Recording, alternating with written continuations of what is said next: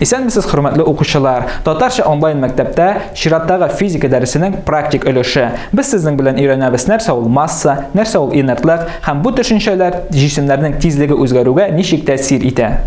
Һәм менә сезгә беренче мәсьәлә. Сез ничек уйлыйсыз? Ни өчен автобус тизлеген кискен арттырганда пассажирлар артка таба, ә кисәк туктаганда алга таба авышалар?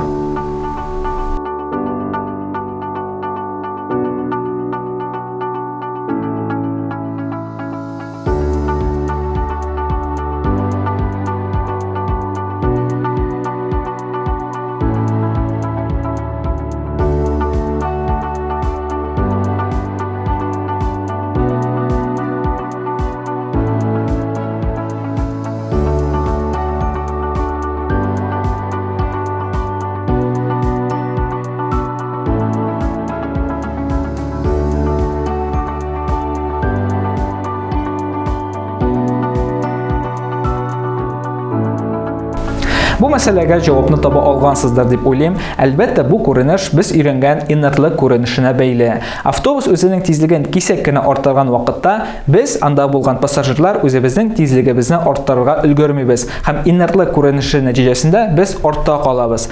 Автобус инде кисәк кенә тормозга баса икән яисә туктый икән, шул ук хәл кире якка күзәтелә. Ягъни инертлыктан саклап, biz инде алга таба авышабыз.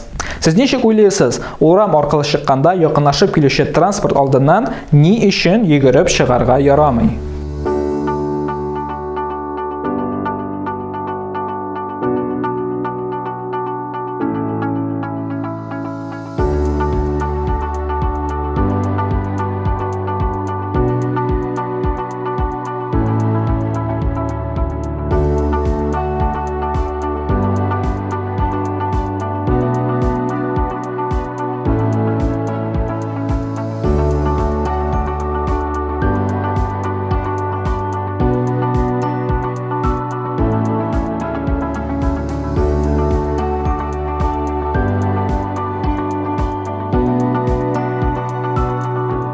Бу сорауга да җавапны таба алгансыздыр дип уйлыйм. Чыннан да, җисемнең массасы никадәр зуррак булса, безнең һәрбер автомобиль, һәрбер машина ул зур массага ия җисем, һәм массасы зуррак булган саен аңа үзенең тизлеген үзгәртү авыррак.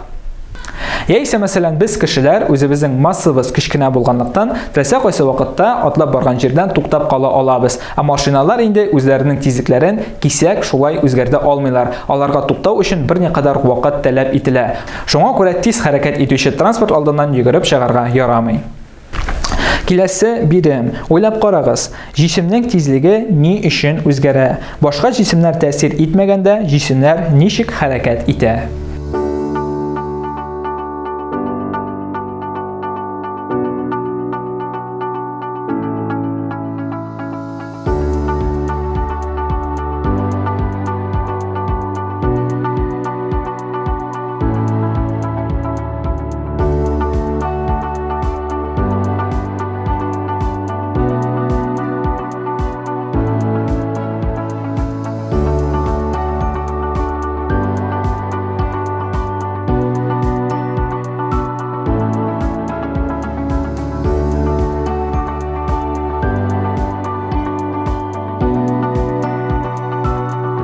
Бу биремнең соравында да инде берникадәр подсказка бар. Әйе, җисемнәрнең тизлеге аларга бүтән җисемнәр тәэсир иткән очракта гына үзгәрә.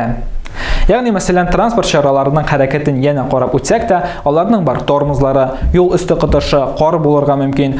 Һәм шушы факторлар машинаның хәрәкәтен туктатырга тырыша. Шул ук вакытта җисемгә бернинди көч тә тәэсир итми икән, ул даими тизлек белән хәрәкәт итә, ягъни үзенең тизлеген үзгәртми.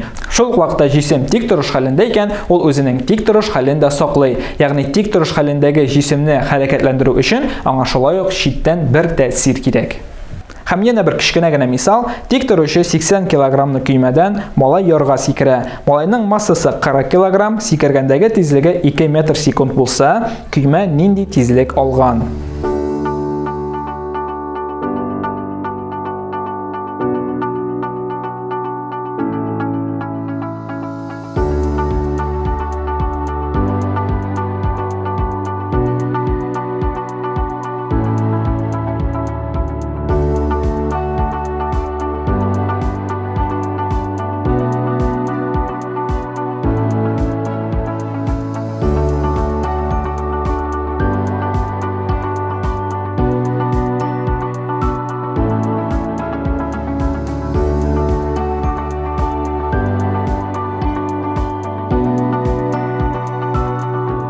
Бу мәсьәләдә без күрә алабыз, көймәнең массасы малайның массасына караганда 2 тапкырга зуррак. Аның массасы 2 тапкырга зуррак булгач, тизлеге инде 2 тапкырга әзрәк килеп чыга. Димәк, аның тизлеге 1 метр секунд булган. Шулай да, хөрмәтле укучылар, инде безнең чираттагы дәресебез дә ахырына якынлашты. Без сезнең белән карап үттек, нәрсә ул масса, нәрсә ул инерция, җисемнәрнең тизлеге ни өчен, кайчан, нинди сәбәпләр аркасында үзгәрә, нинди сәбәпләр булганда ул инде даими саклана. Безнең белән бергә булганыгыз өчен, дәресләребезне караганыгыз өчен сезгә зур рәхмәт. Киләсе очрашуларга кадәр исән-сау булыгыз.